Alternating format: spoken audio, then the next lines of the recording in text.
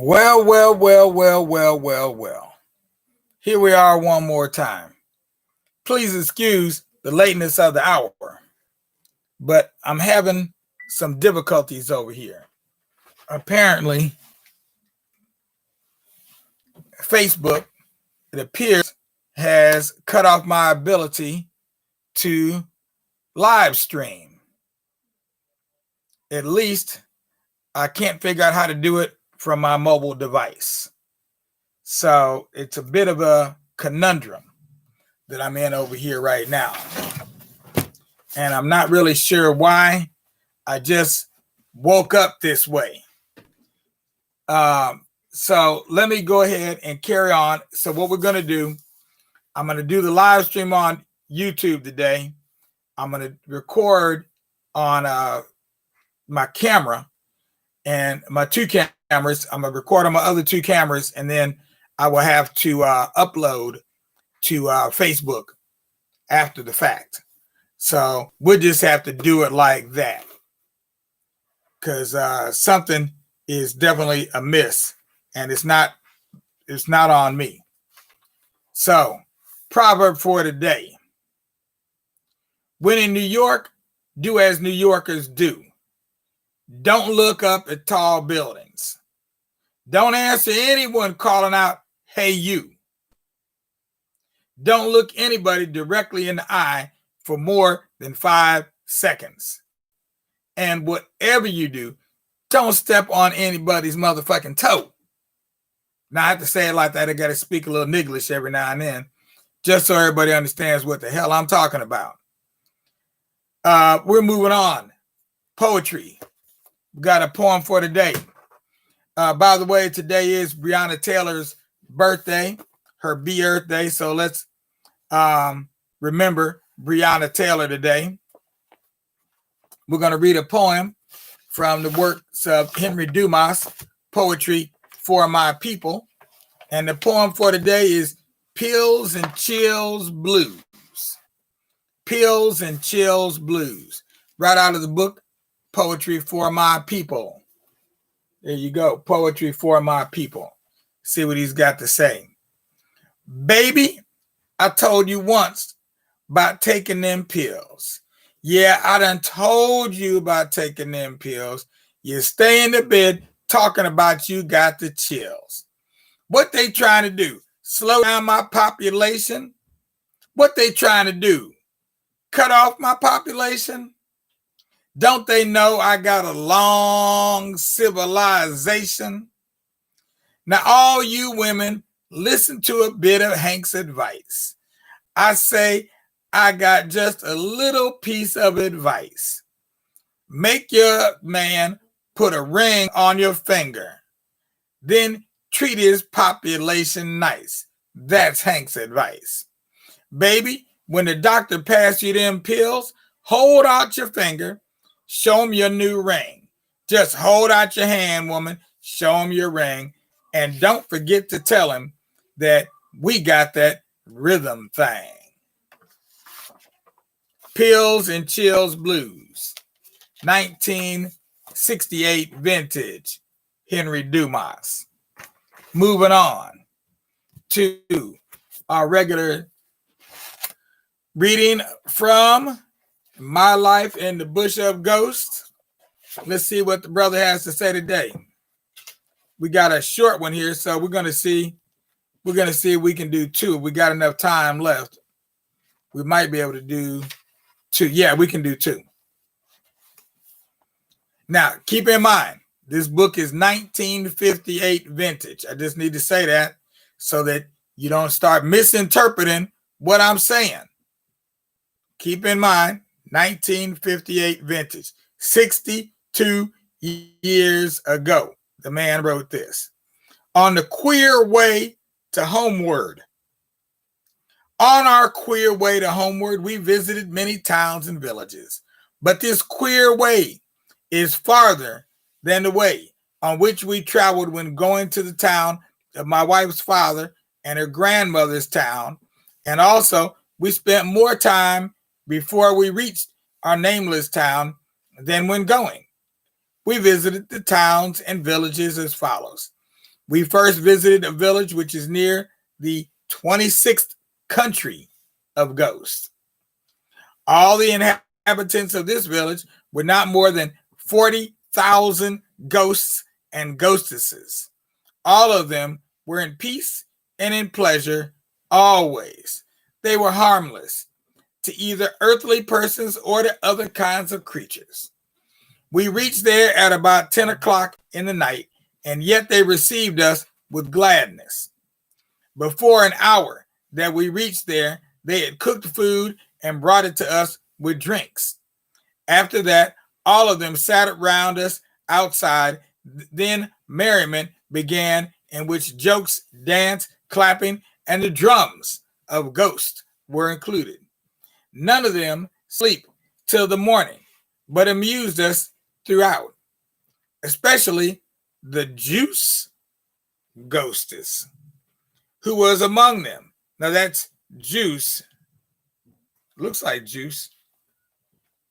I think I'm seeing juice here. Let me see. Let me just check this out because can't quite make out that one word there. Oh, let's see what I got. Nope, it's not juice.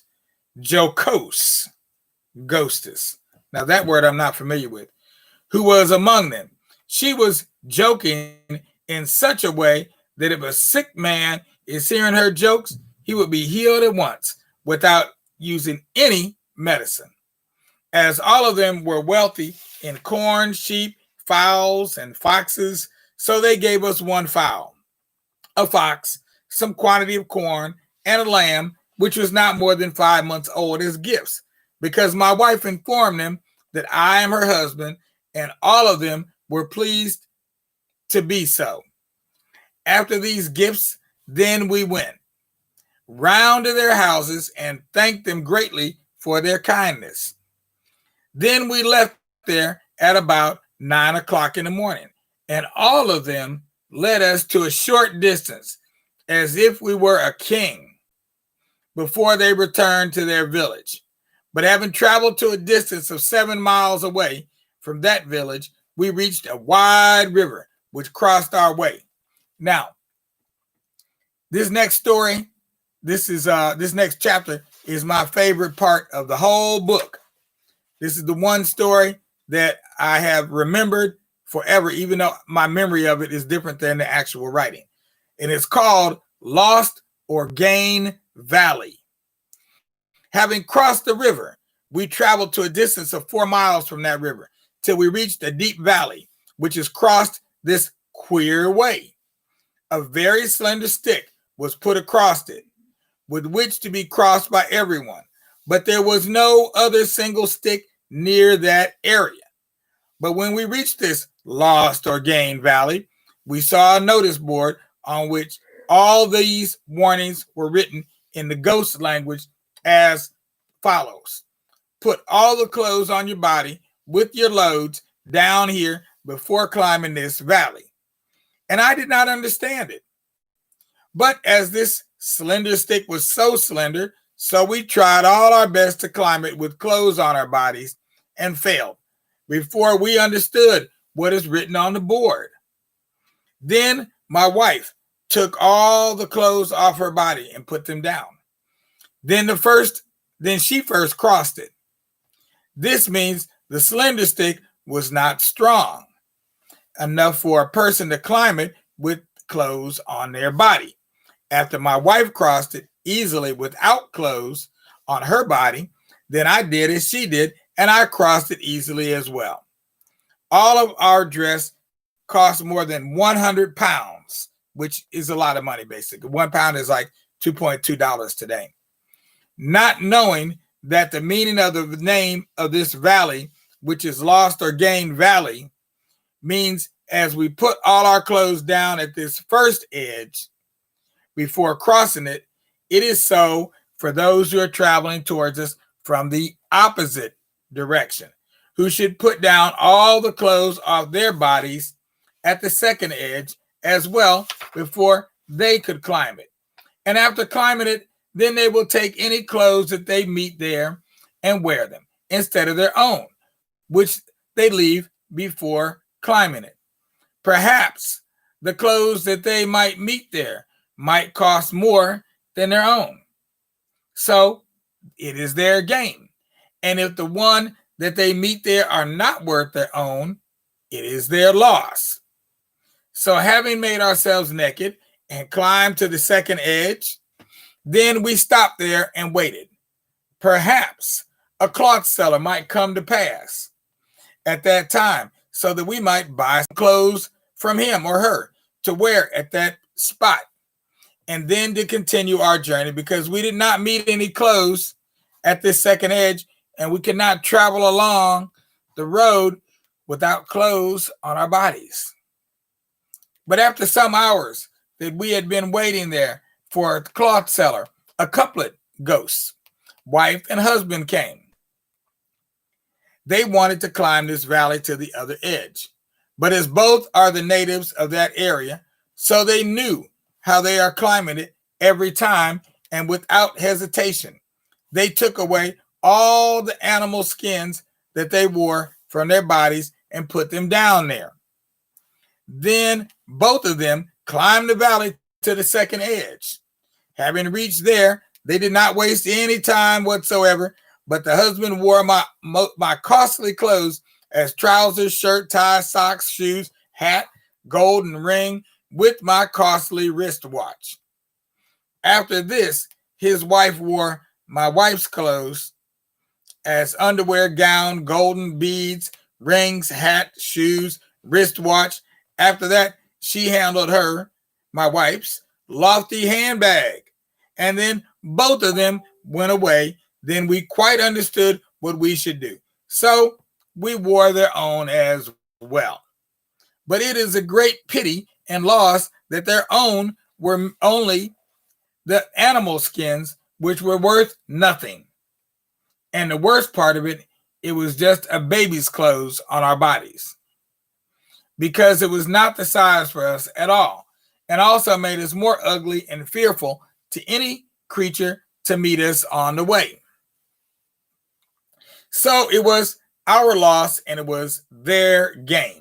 And it was after we left that area, we heard that no stranger would cross this valley without loss, because all the ghosts and ghostesses of that area are very poor and only living on this kind of exchange. Then we kept going as usual with our shameful appearances, which did not make us feel happy as before. But I am not satisfied, as somebody told us that those ghosts, etc., of that area could not lose but gain. So I am still eager to find out the right way of how to cross this lost or gain valley without any loss except gain. Do you know? After we had traveled again on this queer way to about 2 miles in that valley, then we entered into a town at about 8 o'clock in the night, because we had wasted much time at the valley. But as we were totally tired, so we went to a ghost house who is well known to my wife, and we slept there till the morning. But as we wanted to spend a few days there to rest, so we cooked our food early in the morning, then we ate it to our satisfaction.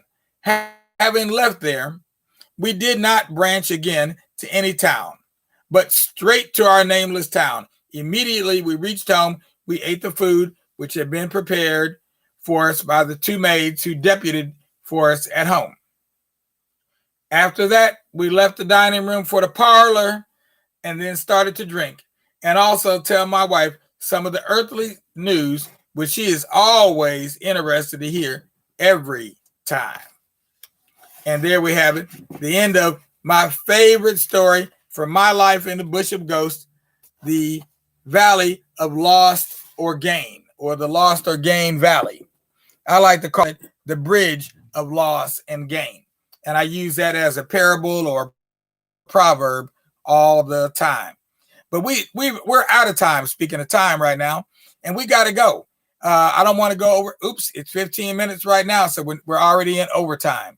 So remember, YouTube, subscribe below. Facebook, Make sure to give us a like, give us a share. Show everybody that you really do care. Don't be a square. Do what you think is really fair.